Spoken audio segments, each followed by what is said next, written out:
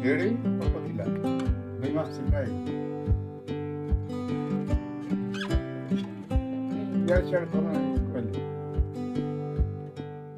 ମହୁମାଛି ଦେଖିଲେ କାହାକୁ ବା ଭୟ ଲାଗେ ନାହିଁ, ତାହା ପୁଣି ବାଘୁଆ ମହୁ। କିନ୍ତୁ ଏହି ମହୁମାଛି ମଧ୍ୟ ମନୁଷ୍ୟ ପ୍ରେମରେ ବନ୍ଧା ପଡ଼ିଛି। ଘର ଦ୍ୱାର ସମ୍ମୁଖରେ ଏକ ବିରାଟ ଘର କରିଛି 2 ମାସ ହେଲା। ଘର ମୁଖ୍ୟ ଦ୍ୱାରରେ ବସା କରିଥିଲେ ମଧ୍ୟ ଅତି ଆଶ୍ଚର୍ଯ୍ୟର କଥା, କାହାର କିଛି କ୍ଷତି କରୁନାହିଁ। ଘରର ସମସ୍ତ ସଦସ୍ୟ ମହୁମାଛିର ବସା ପାଖ ଦେଇ ସମସ୍ତେ ଅତି ସହଜରେ ଯିବା ଆସିବା କରୁଛନ୍ତି। ଏପରି ଏକ ବିରଳ ବନ୍ଧୁତ୍ୱ ଦୃଶ୍ୟ ଦେଖିବାକୁ ମିଳିଛି ନବରଙ୍ଗପୁର ଜିଲ୍ଲା ସଦର ବ୍ଲକ ବାରମାସୀ ଗାଁରେ ଥିବା ବୈଦ୍ୟନାଥ ନାୟକଙ୍କ ଘର ସାମ୍ନାରେ।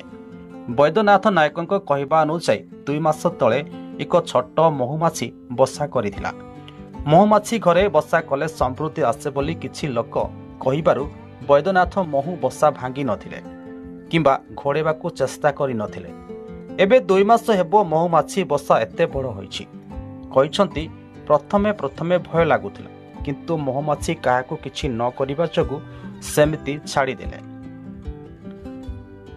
ଏବେ ମହୁମାଛି ବସା ତାଙ୍କ ଘର ସାମ୍ନାରେ ଥିଲେ ମଧ୍ୟ ଘରର ପରିବାର ଲୋକେ ଏହି ବସା ଦେଇ ଯିବା ଆସିବା କରିବା ସହ ଘରେ ଯେମିତି କୌଣସି ବସା ଜିନିଷ ରଖାଯାଏ ସେମିତି ମହୁମାଛି ମଧ୍ୟ ତାଙ୍କ ଘରେ ସେମିତି ରହିଥିବା କହିଛନ୍ତି।